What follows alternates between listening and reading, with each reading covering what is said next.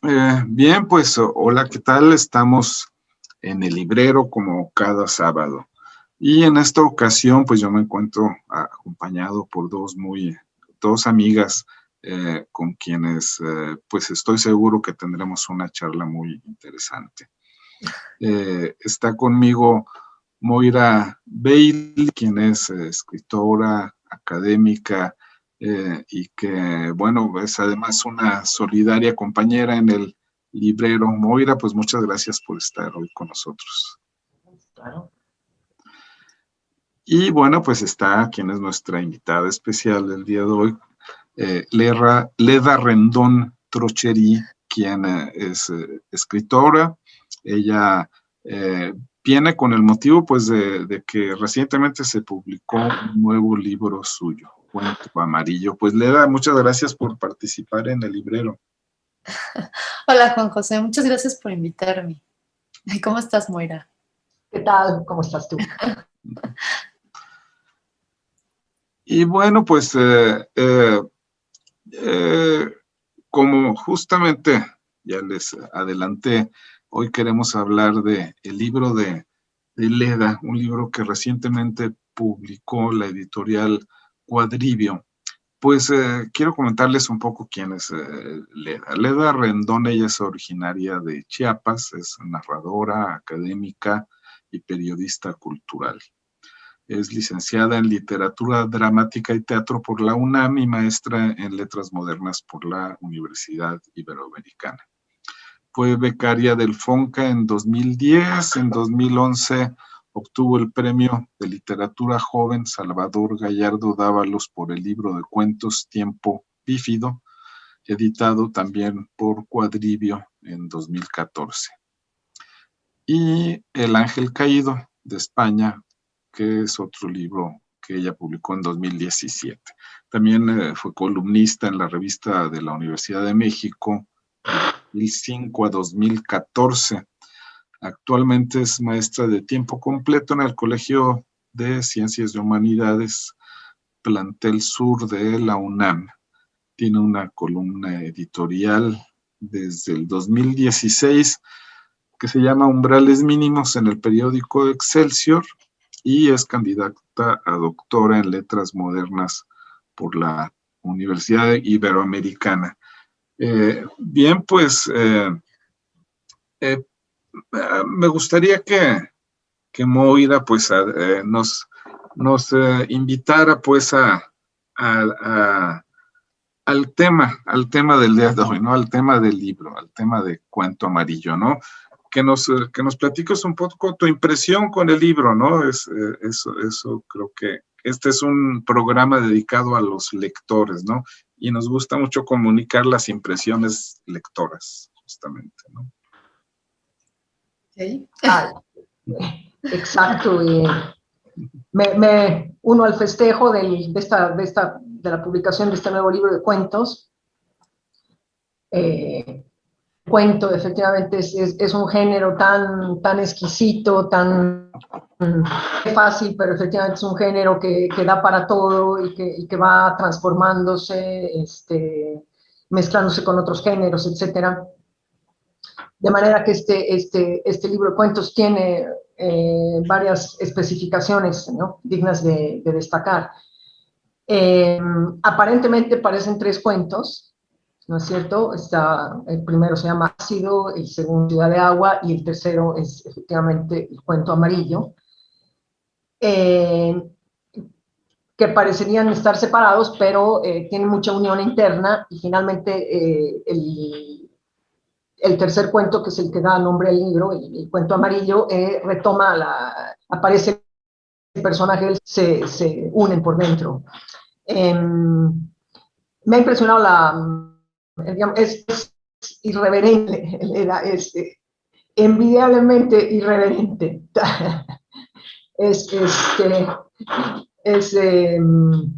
Digamos, es un desafío o un desafío no vamos a decir a la moral tradicional por un lado, porque efectivamente estos personajes femeninos hacen lo que quieren y además tienen una imaginación bárbara y una libertad envidiables nuevamente.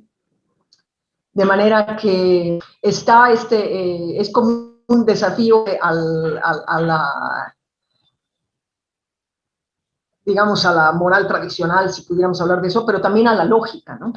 Yo creo que es un libro medianamente corto en el cual hay una mezcla de elementos muy interesante. Por ejemplo, hay algunos momentos que parece que está hablando, digamos, en un discurso lógico, si vale el término, menciona Coyoacán, el barrio chino de la Ciudad de México, el barrio chino de París. Hay personajes reales de carne y hueso que se mencionan ahí de pronto, como García Ponce, como Inés Arredondo, que sabemos que existen, pero eso se va conjugando con una serie de elementos que, digamos, fantásticos o del surrealismo, como que hay unos bichos que hablan. Hay, por ejemplo, muchas veces aparece el ojo. En general, es un personaje femenino, el más importante de los tres cuentos, pero también en uno de los cuentos aparece la memoria de una niña cuando dice yo, que se acuerda de su infancia, y entre otras cosas cuenta, dice, yo pintaba ojos en las paredes de mis casitas, yo pintaba ojos, etcétera, etcétera. Sale mucho el elemento del ojo, y el tercer cuento acaba con que el ojo parpadea. Después, en el primer cuento de Ácido, hay una serie de cosas así un poco extrañas que suceden, y el final del cuento es, dice, mi mano derecha y mi mano izquierda escribían cosas diferentes. Entonces hay una especie de desencuentro entre un mundo y otro, podría leerse así. Y el segundo cuento, la ciudad de agua, termina con un caos natural entre el pantano, el agua, que uno no sabe qué está pasando. Y el tercer cuento es el ojo que parpadea, que sigue viendo a ver qué pasa después.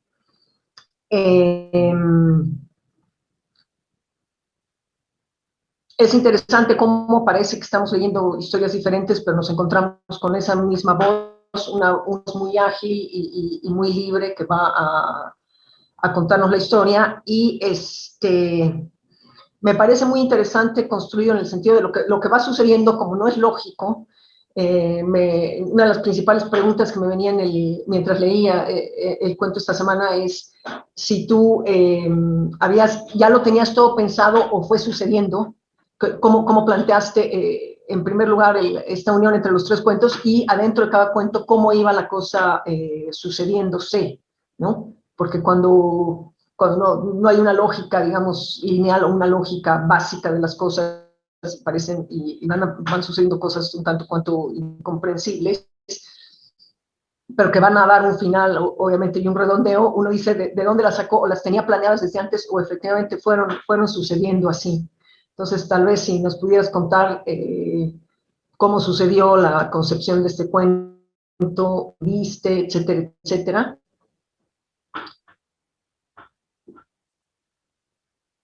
Me gustaría, perdón, Sí. perdón, bueno, sí, teníamos ambos los micrófonos apagados en el lugar, pero, pero me gustaría también, digamos, juntarte aquí las preguntas. Entonces me gustaría comentar algo, ¿no? Es que justamente lo que ya adelantó Moira, bueno, este tipo de literatura, como decía ella, transgresor, en fin, hay varias palabras para definirlo, ¿no? Pero yo lo veía también desde el punto de vista de que es una literatura placentera o del placer, podríamos decirlo, ¿no? Porque realmente, si bien los acontecimientos que ocurren en muchas ocasiones son duros, incluso sangrientos, pues también tienen un contenido del placer evidente, ¿no? Pero en el cuento que se llama, déjame ver en la ciudad. Ciudad Agua. Ciudad Agua.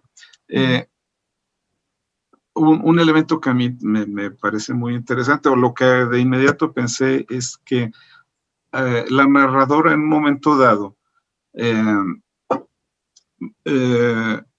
se da cuenta de que ella es otra persona, es decir, ella encuentra, dice, ve su credencial, pero dice es una credencial que es otra persona, pero no, soy yo.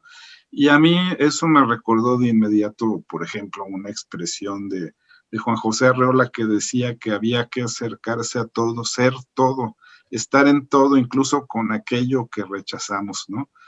Entonces encontré pues esa sensación, vi a la escritora en realidad siendo su personaje, ¿no? Es decir, no retratándose a sí misma, retratando a su personaje, pero siendo el personaje, ¿verdad? Entonces, eso es esa acción literaria, digamos, también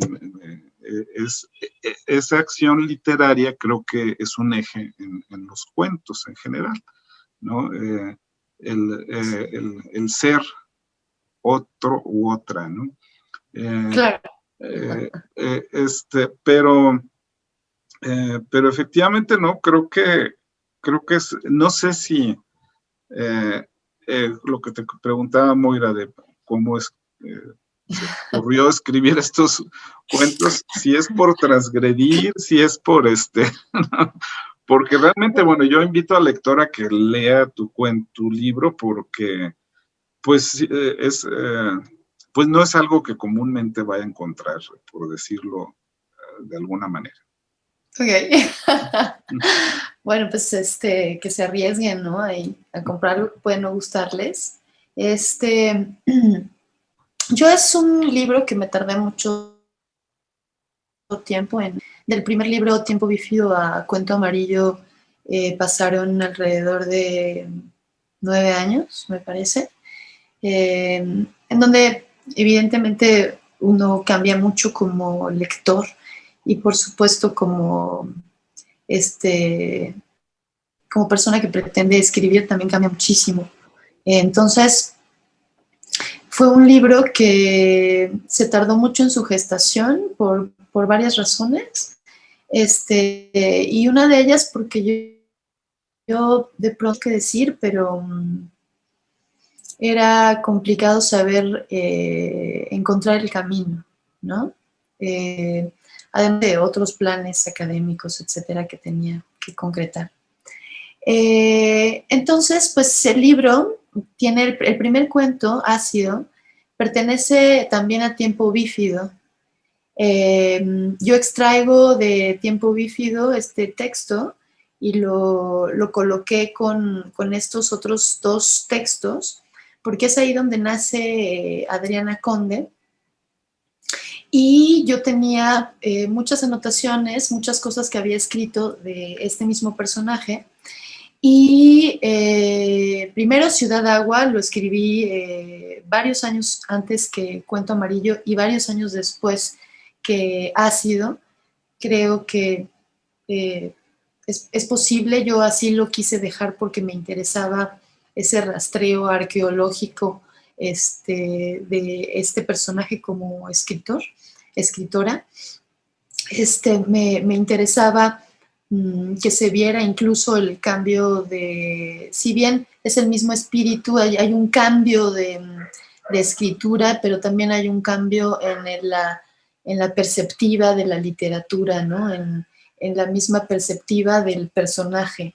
Entonces, en Ácido nace este personaje que como quien lo lea quizás, bueno, podrá ver que no sabe bien a bien en dónde está parado, es un poco un personaje que va caminando a tientas todo el tiempo y por supuesto eso era lo que yo quería lograr, son efectos que yo quiero lograr todo el tiempo. La trama la trabajo muchísimo, es decir, todo está conectado. Este ojo que aparece, no les quiero adelantar evidentemente para que lean el libro, pero este ojo que aparece es el ojo del personaje, de un personaje protagónico que aparece en un cuento que está dentro de Cuento Amarillo, que es el cuento de un búho del que se enamora un hombre pero es un búho que pertenece a dos dimensiones, ¿no? Entonces yo lo que hago en estos textos, bueno, retomo este texto ácido de Tiempo Bífido, pero le hice muchas modificaciones, de tal manera que después tuviera correlación con todos los otros textos. Es decir, si alguien lee ácido en Tiempo Bífido, se dará cuenta que hay muchos cambios. Y después, muchos años después, escribí Ciudad Agua, que se publicó en una revista, en donde seguí explorando este personaje que es muy libre, que justamente comienza el cuento cuando ella amanece en el barrio chino de la Ciudad de México. Me gustaría leer esa parte, si me permiten. 29. Y claro, es un personaje libre sexualmente, por supuesto. Es un personaje que me interesa que lo sea. Me interesa muchísimo explorar eso. Para ella el cuerpo es fundamental, pero ni siquiera lo posee porque en realidad ella todo el tiempo es una ficción. Entonces, en Ciudad Agua ella dice: me desperté tirada en un callejón del barrio chino de la Ciudad de México después de una larga noche narcótica y genital.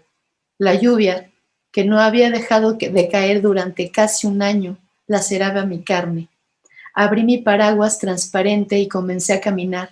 Las gotas del caldo divino producían un sonido sordo al chocar con el plástico. Prendí un tabaco. Estaba segura de que el lugar se resistía a los laberintos de concreto.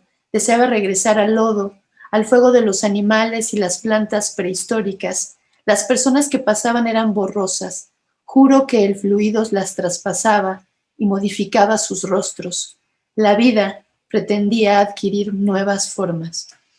Y entonces aquí está este personaje, Adriana Conde, que después de haber terminado en el cuento anterior con la gata Polvorilla, que es el nombre de la gata de José La Colina, de Pepe La Colina, al que quiero y quise profundamente.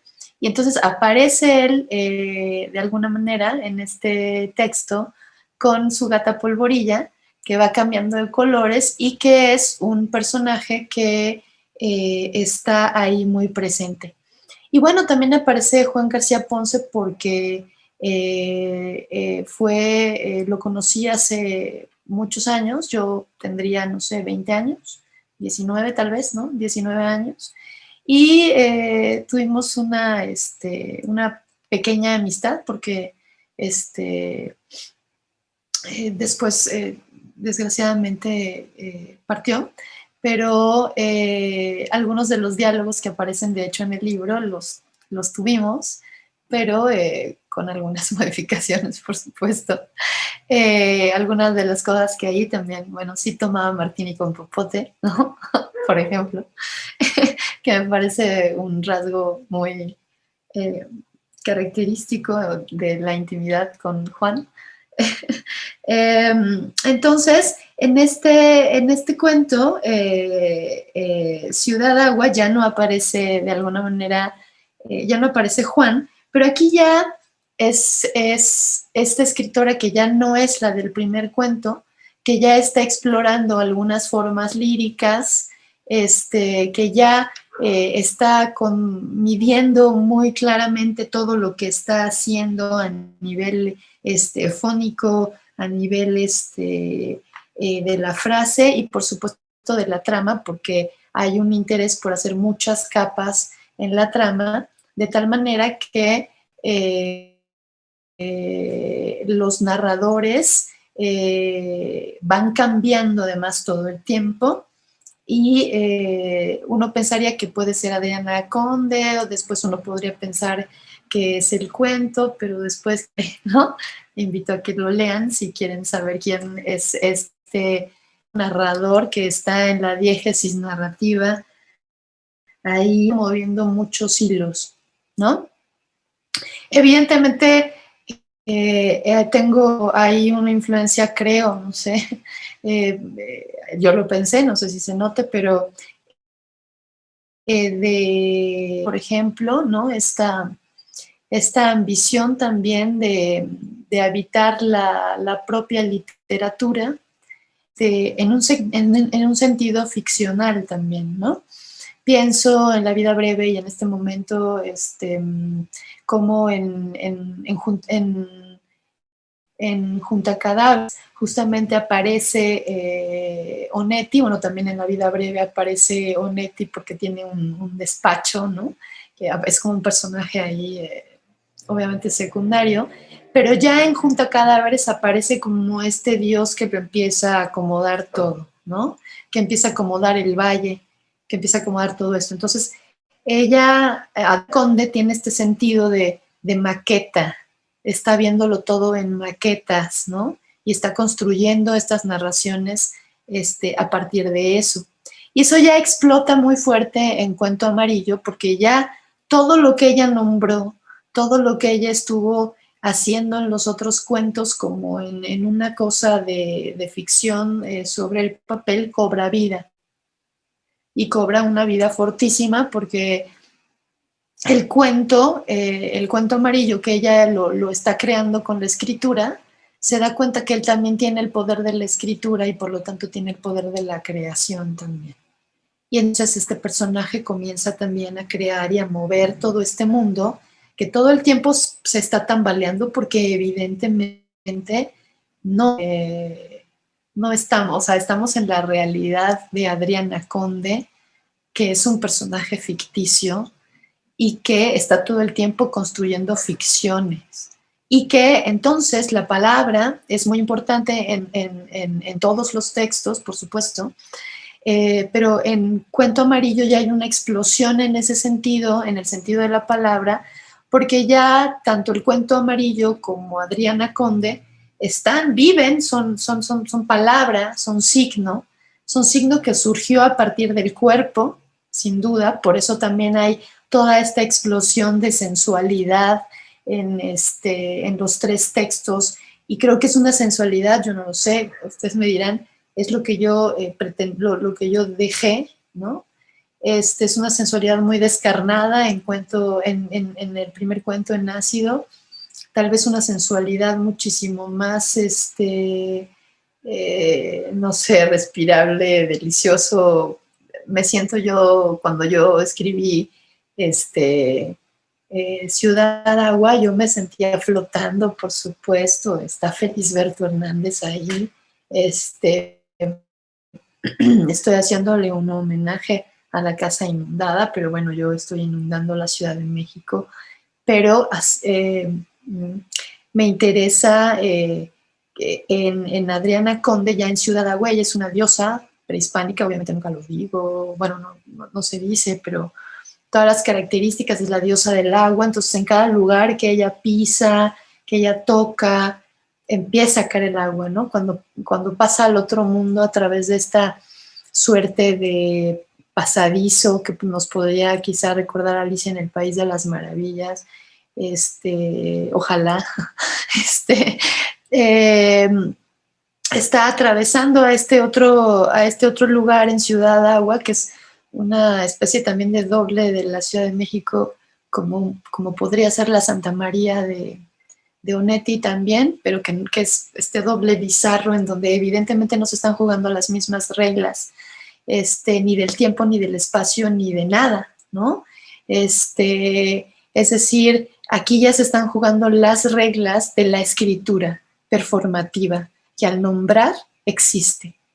Entonces, todos estos personajes al nombrar y a escribir comienza a existir todo lo que nombran y escriben, porque entonces están en este mundo en que todo eso evidentemente es posible, porque ellos son escritura, ¿no?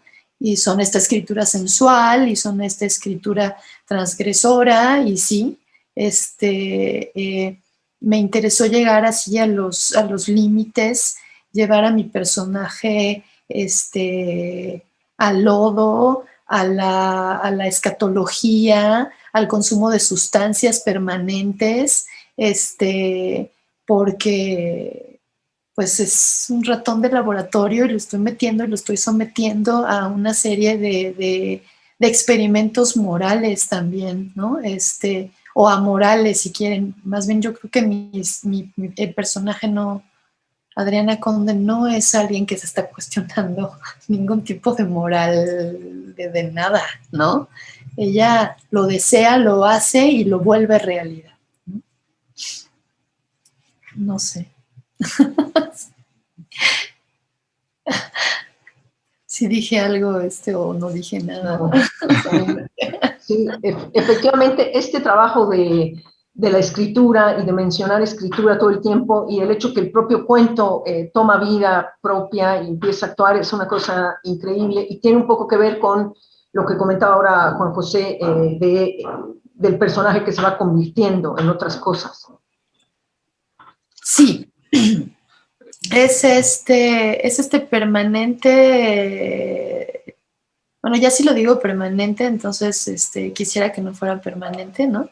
Pero digamos es esta constante cambio de faceta del personaje.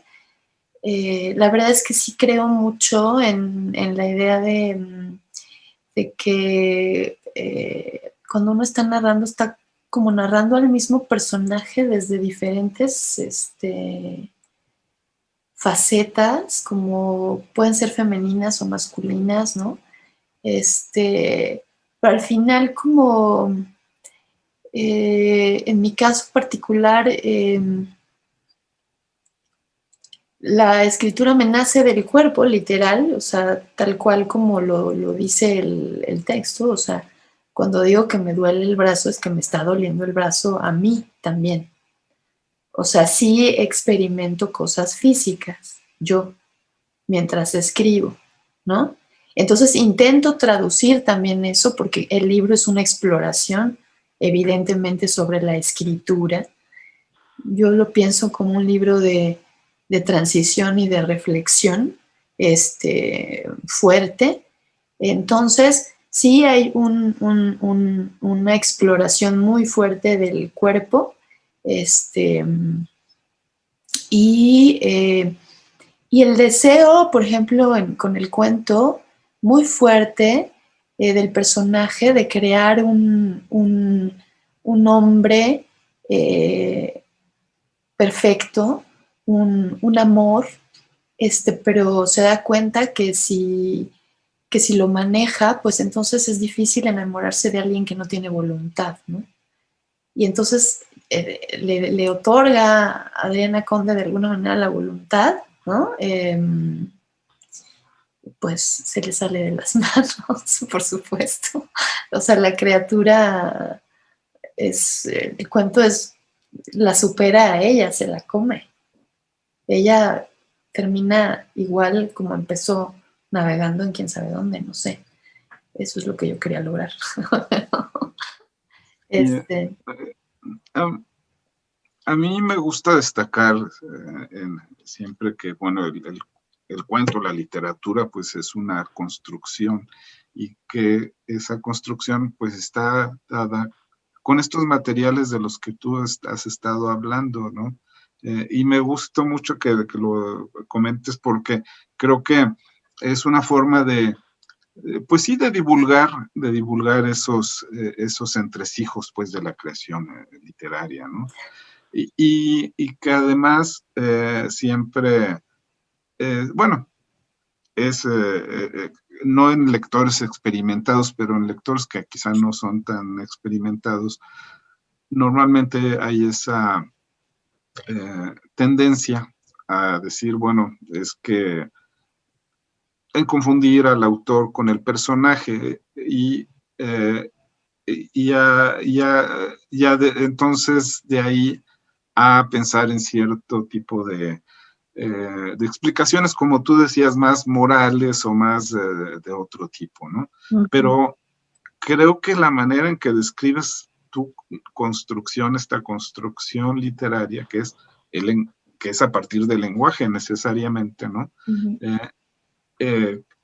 me parece pues por eso muy, muy interesante. Y el resultado para mí pues es eso, es una comunicación curiosamente más que de placer, ¿no? Lo que tú señalabas ahora de cómo sentías o te sentías o cómo el personaje se sentía, por ejemplo, en el cuento de Ácido, creo que es lo que el lector también siente, ¿no? Desde mi punto de vista, creo que también es eso. Por eso decía yo que pues sí, el lector también experimenta sensaciones con tus cuentos. Cuéntame una.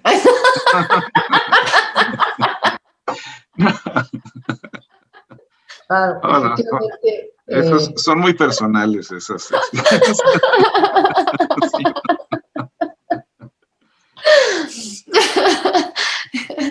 Claro, Juan No, José, yo lo agradezco enormemente, me parece maravilloso que me digan eso. Es lo que me sí, Juan interesa. José estaba hablando del placer de la lectura. Yo diría, claro, efectivamente el placer, pero hay una libertad muy, ¿no?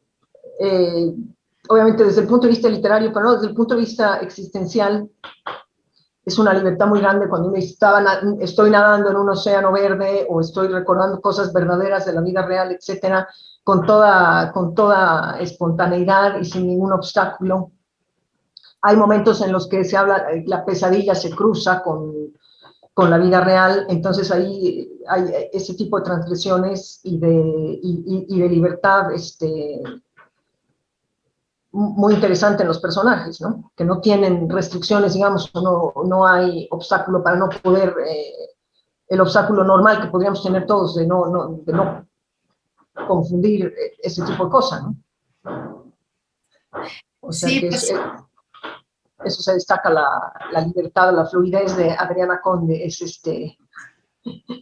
es muy, muy interesante. bueno, Adriana Conde, yo, la verdad, pienso mucho en ella y en Milorad Pavlik y en un personaje que está en pieza única, que es un andrógino, que es precioso, que tiene una falda de cristal extraordinaria y entra a un restaurante con unos tacones de cristal, que tiene una cita con un amante y sucede una felación ahí en el restaurante, ¿no? Y todo lo hace de una manera sofisticada y absolutamente sensual, porque Pavlik, seguramente lo conocen, tiene esta mezcla sofisticada en donde habla de perfumes y de marcas, pero también hay una profundidad y una sensualidad en sus personajes. Por ejemplo, este andrógino lee los sueños del futuro, y también pues tiene ahí una serie de cambios y de cosas muy interesantes.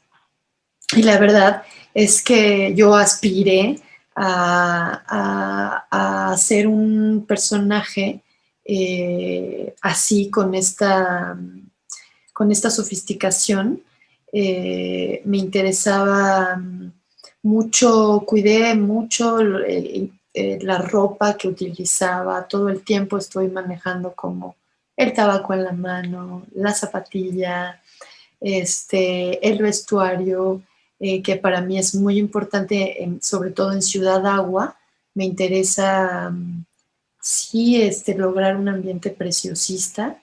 No sé si lo logré, pero sí me interesa un ambiente preciosista en donde todo está vivo también, los cuadros, las mujeres, la niña blanca, que evidentemente también es la muerte, la pelirroja, todas las plantas en Ciudad Agua, como todo vuelve a ser un lago en la Ciudad de México, las plantas prehistóricas, ¿no? Lo invaden todo de nuevo. Y entonces, claro, está esta diosa del agua que un poco no sabe qué está pasando y entra como en todo un ritual de la naturaleza para que regrese de alguna manera a pues un estado anterior o también puede ser futuro, ¿no? Podría ser un cuento también de ciencia ficción. Aunque se inundó París, recuerdo cuando se publicó ese cuento. ¿Se acuerdan cuando se inundó París? Recientemente no, ahorita no recuerdo. Recientemente no, hace unos años. Unos años, Ese cuento se publicó hace unos años. Y justo se inundó París. Entonces, bueno. Pues es que realmente, bueno, no, digo, sí, tú cuando hablas pues de las influencias, bueno, todos sabemos que los escritores están hechos de sus lecturas, ¿no? Eso es muy claro, ¿no? Todos, ¿no? Sí. Pues sí, sí, evidentemente muchos pueden sacar conclusiones de qué tipo de lecturas podrías, o más bien qué vinculaciones o qué paralelismos, ¿verdad? Hay ahí. Pero eh, el, eh, el hecho de que el personaje eh, tenga esa capacidad de pensar en su cuerpo así tan libremente, ¿no? De esas lecturas en las que pensamos, pues es evidentemente Anais Nin, ¿no? Que es uno de los íconos, o uno de los, una más bien de las íconos que lo hicieron de una manera, pues eso, muy libre, ¿no? Muy libre y que hombres y mujeres se identificaban con ella por esa capacidad de hablar de sí misma y y de sus deseos, de su deseo más que otra cosa, ¿no? Pero ese es uno de los elementos en tus cuentos, pero ahorita tú, con esto de que nos hablas, evidentemente, pues los elementos son muchos, ¿no? Están precisamente los personajes literarios, la Ciudad de México, la historia de México, los mitos mexicanos, en fin, ¿no? Es una multiplicidad, ¿no? Pues sí, efectivamente, ciertos barrios de la Ciudad de México también, ¿no? Que muchos lectores seguramente también tendrán esa vía para entrar a tus cuentos, ¿no? Esas calles de la ciudad. Sí, yo creo que para entrar a mis cuentos no sé, quizá una disposición especial a encontrarse con un mundo raro. Pero nada más, porque creo que no escribo cosas que repelen, ¿no? No soy alguien que no invita al lector, creo yo. Es decir, sí, efectivamente, no es una literatura hermética, yo también estaría de acuerdo, ¿sí? No, para nada, no siento, pues quizá soy exigente posiblemente, porque pues finalmente yo escribo lo que me gustaría leer también.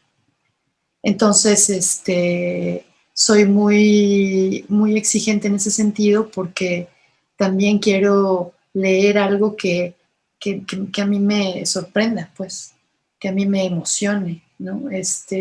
Entonces, pues, a mí definitivamente es un libro que me sorprende, El cuento amarillo me sorprende. Cuando al principio me preguntaron que cómo lo fui escribiendo, es que si iba yo calculando cada uno de los pasos y todo, pues en un primer momento creo que es una escritura a ciegas, como incluso lo va diciendo el mismo cuento, que va caminando a ciegas y se va encontrando con dobles de sí mismo, ¿no?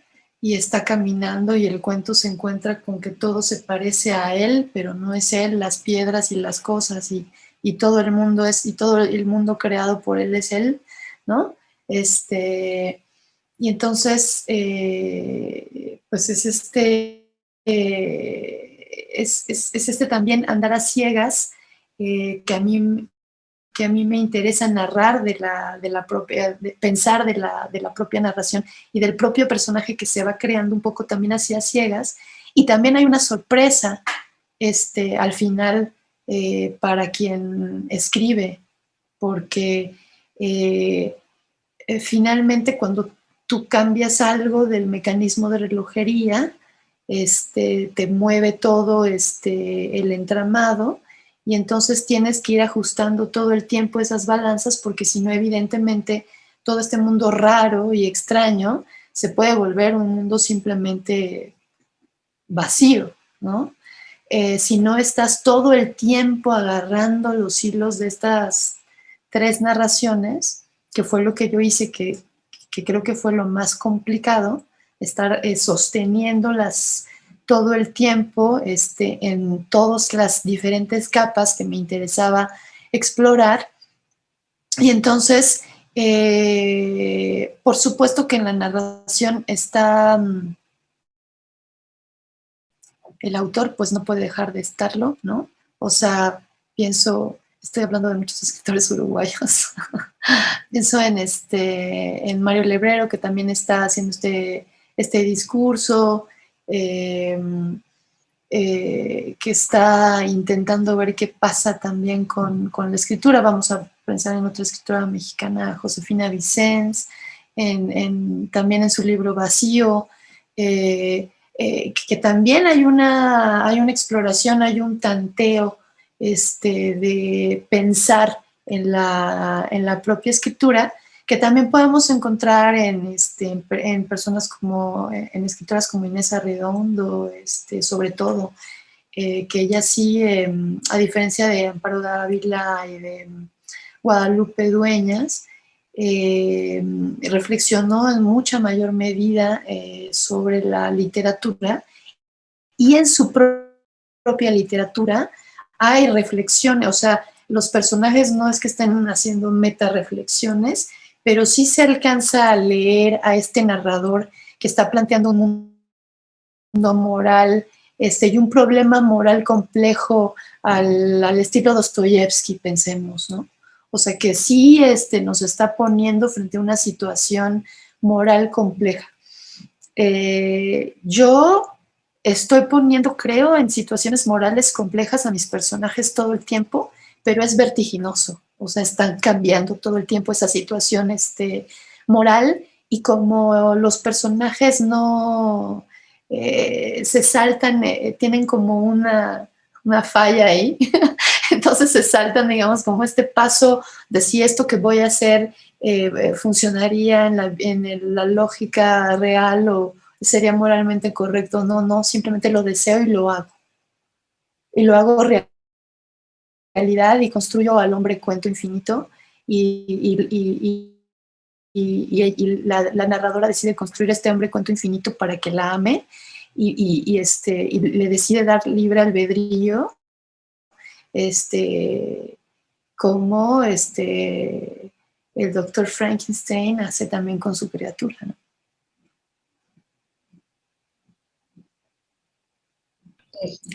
Yo lo veo como una criatura, lo siento vivo, o sea, está vivo. Sí, efectivamente, ¿no? Sí, que en el fondo esa es la literatura en general, ¿no? Es esa creación de Frankenstein constante, pero esa... claro, ahorita estamos más bien entrando en esto, ¿no? En la reflexión del hecho creativo, ¿verdad? Finalmente a eso estamos llegando, ¿no? Pero no es que los cuentos nos lleven a eso. No, porque el libro lleva a eso también.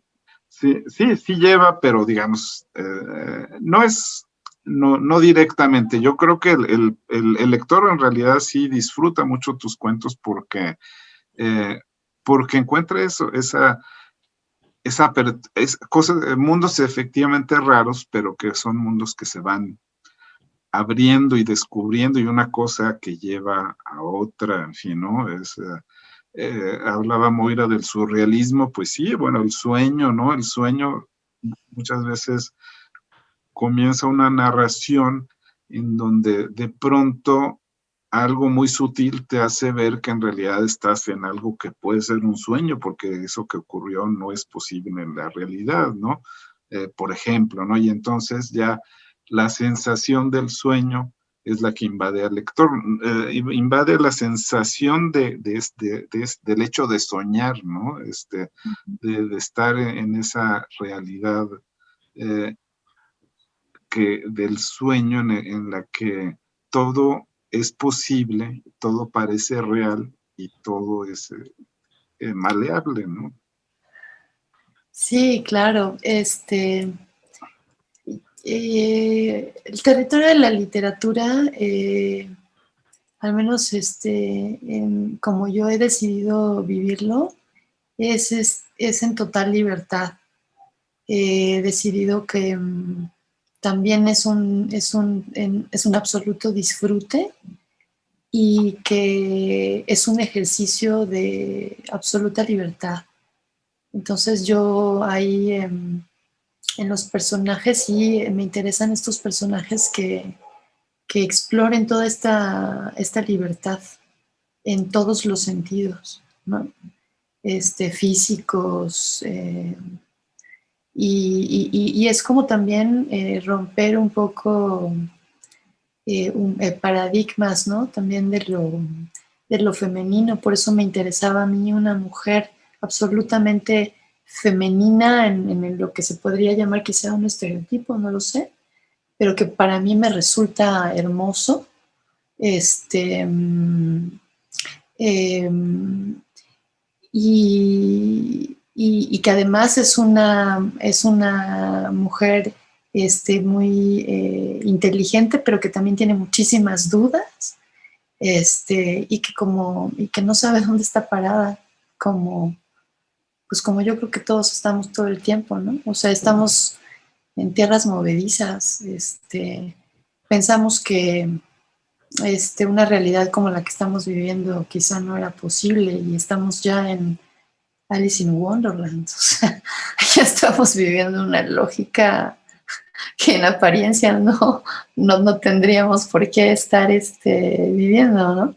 Pero también en Ciudad Agua, yo creo que en eso sí, bueno, sí lo pretendía.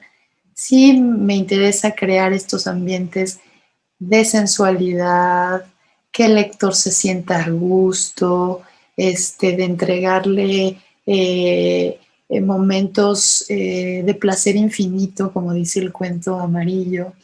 No solamente, no nada más de placer carnal, evidentemente, sino es como me gusta mucho trabajar, llegar a ese momento de placer, ¿no? Un poco mayor, porque juego mucho con el tabú, me gusta muchísimo jugar con el tabú, pero lo voy trabajando de tal manera que la perversión llegue, no sé, trato de que eso suceda, de que ese momento que estoy preparando de sensualidad y de llegue porque lo estuve preparando como junto con otros momentos lo estuve preparando, ¿no? Pienso en la escritura como estas múltiples capas que uno va haciendo, de notas también como un poco musicales o también como de capas de pintura como veladuras, en lo que se haría en la pintura, que son veladuras, ¿no? Y yo hago mucho eso. Hago capas sobre capas sobre capas y escribo y vuelvo a escribir sobre lo mismo. Lo hago mucho, que es una técnica que decidí usar al leer a Patricia Highsmith. Ella lo hacía porque escribía con máquina de escribir, pero yo me di cuenta que al hacerlo así con capas, es decir, que yo tengo el manuscrito y luego lo vuelvo a transcribir todo de nuevo, o sea que no trabajo el archivo de computadora, sino que lo vuelvo a transcribir de nuevo. Para mí es un proceso muy importante porque ahí hay muchos encuentros, siento yo, afortunados, o he tenido muchos encuentros afortunados en ese estar haciendo veladuras sobre veladuras con los textos, sobre todo en el manejo del lenguaje, que me interesa mucho, la musicalidad del lenguaje, porque creo que también eso es parte de lo que me interesa darle al lector, esta seducción, que a mí también me gusta leer, ¿no? A mí me gusta que me seduzcan cuando leo. Me gustaría llegar a los niveles de seducción de un Henry James, por supuesto, ¿no? Que uno lee algunas páginas y quieres leer otras 1000, ¿no? Por favor, de él, denme otras 2000, ¿no? Sí, exactamente. Sí, sí, de acuerdo completamente, ¿no? Pero... pues no sé si he respondido. Pero me dio la sensación de que Muy iba a decir algo. Sí, quería hacer un apunte más. Tú decías, Juan José, no está encriptado, no es difícil, y me parece que eso es un tema interesante. Existe la libertad, y a pesar de que son cosas que no podían pasar en la vida real, etcétera, etcétera, no descoloca tanto como lo podrían hacer otros libros de este corte, sino que da placer, libertad. El propio lector puede sentirse con esa libertad de estar en un mundo y otro, pero no es ni difícil de leer ni que llega a descolocar mucho, lo cual es un hecho interesante, conociendo los eventos, ¿no? Que no se suceden de manera lógica. Pues apelo, digamos, ¿no? a la verosimilitud todo el tiempo. O sea, estoy sosteniendo un entramado que me costó varios años armar, con palitos todo el tiempo. O sea, lo estoy sosteniendo todo el tiempo, este entramado, y me da mucho gusto que sí tenga este efecto que yo deseaba, porque es el tipo de literatura que yo, digamos, disfruto más también, ¿no? Me gusta mucho que un escritor me seduzca en muchos sentidos, ¿no? Hay muchos escritores muy, muy seductores, pero también hay otros que te repelen y ya después te seducen, ¿no? Son como estos conquistadores que te dicen primero que no y luego que siempre sí, ¿no? Es una técnica muy usada, según me dicen. Que por cierto, hace un momento dijiste algo que es muy, no sé, hablar del lector y decir que tratas de seducir al lector o no, a veces es un poco complicado, ¿no? Porque hay quien dice que no hay que tomar en cuenta al lector absolutamente, hay quien dice que sí, en fin, es algo polémico, pues, porque se mezcla con estas cuestiones del mercado editorial o no, en fin, ¿no? Pero tú, ¿cómo le ves? Creo que lo tienes muy claro, quiero decir, muy claro en el sentido de que el lector es alguien que tú quieres agradar, pero no agradar pensando ya en lo que él quiera, ¿no? Sino ya sabiendo que puedes, que le vas a ofrecer algo que le va a sorprender y que le va a gustar, ¿no? Claro, sí, por supuesto. Yo no, en ningún momento estoy pensando en hacer una literatura, para agradar, digamos, en el sentido comercial, por supuesto que no. No, jamás, no. Creo que en eso soy bastante egoísta. La verdad, una literatura que primero me agrade a mí, y que sienta mucha pasión por eso. Y ya después, con todo, evidentemente estoy escribiendo para que lo lean, no voy a decir que soy una persona hermética y que voy a agarrar y voy a quemar mis libros, ¿no? O sea, sí estoy escribiendo para que otro me lea, pero sí a ese otro que me lee, eh, le puedo lanzar algunas hilos de seducción, pero también creo que soy, no lo sé, exigente, o sea, para nada estoy complaciendo, creo yo, al menos no es, nunca lo pensé así mientras lo hacía. Es quizá un trabajo totalmente, pues no es quizá, es un trabajo totalmente egoísta y espero que les guste, pues, pero es un camino que escogí, ¿no? En donde me interesa hacer un mundo total que esté relacionado también a este libro con el anterior y es decir, sí tengo esta concepción de la literatura en donde estás creando un otro mundo, otros mundos, tal vez tomando elementos de la realidad, si es que existe, existirá mía, la de otro, ¿no? Pero un poco como ¿qué autor? El autor norteamericano, premio Nobel literatura, el que creó Yoknapataufa, Faulkner, que está creando este mundo ficticio, pero que pareciera que no, ¿no? Él, bueno, está haciendo otro tipo de juegos, ¿no? También pienso en escritores como Gombrowicz. Yo en realidad me considero pues una persona que está aprendiendo de todos ellos, que estoy haciendo experimentos.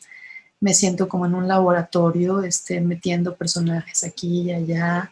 Estoy experimentando y lo voy a hacer siempre con absoluta libertad, ¿no? Eso para mí es una máxima. Al margen de cualquier cosa comercial, ¿no? No, realmente no es algo en lo que yo esté pensando en ningún momento.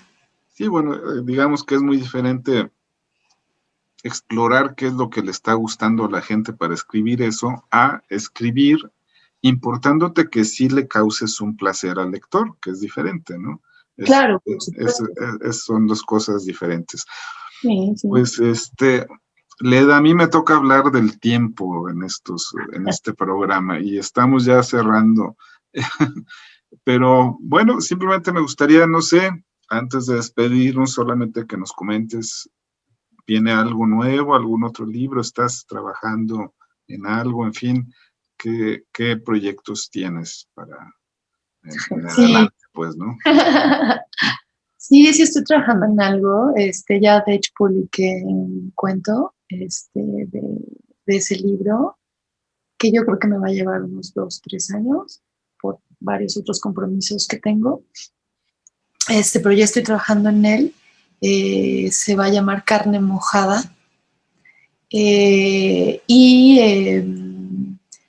Tal vez me lleve menos tiempo, no lo sé. Ya tengo varios textos escritos, tengo 24, son algunos largos, algunos cortos. Es un cuentario también largo en donde cada texto funciona de manera independiente y también es un mundo,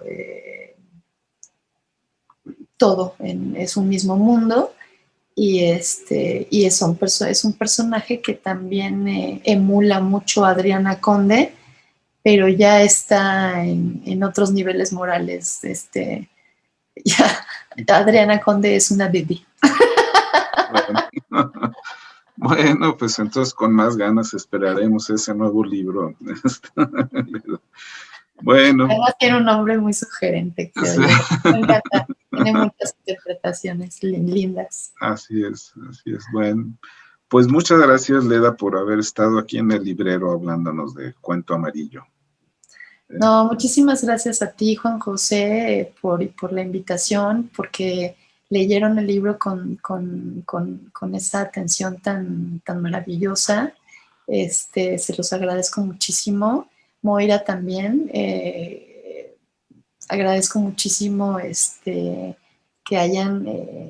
se hayan tomado el tiempo de leer mi libro entre tanta oferta tan interesante que hay, no solamente en México, sino en muchos otros lugares. Y agradezco mucho la invitación y la amabilidad del programa. Pues al contrario, Moira, pues muchas gracias también por estar el día de hoy aquí.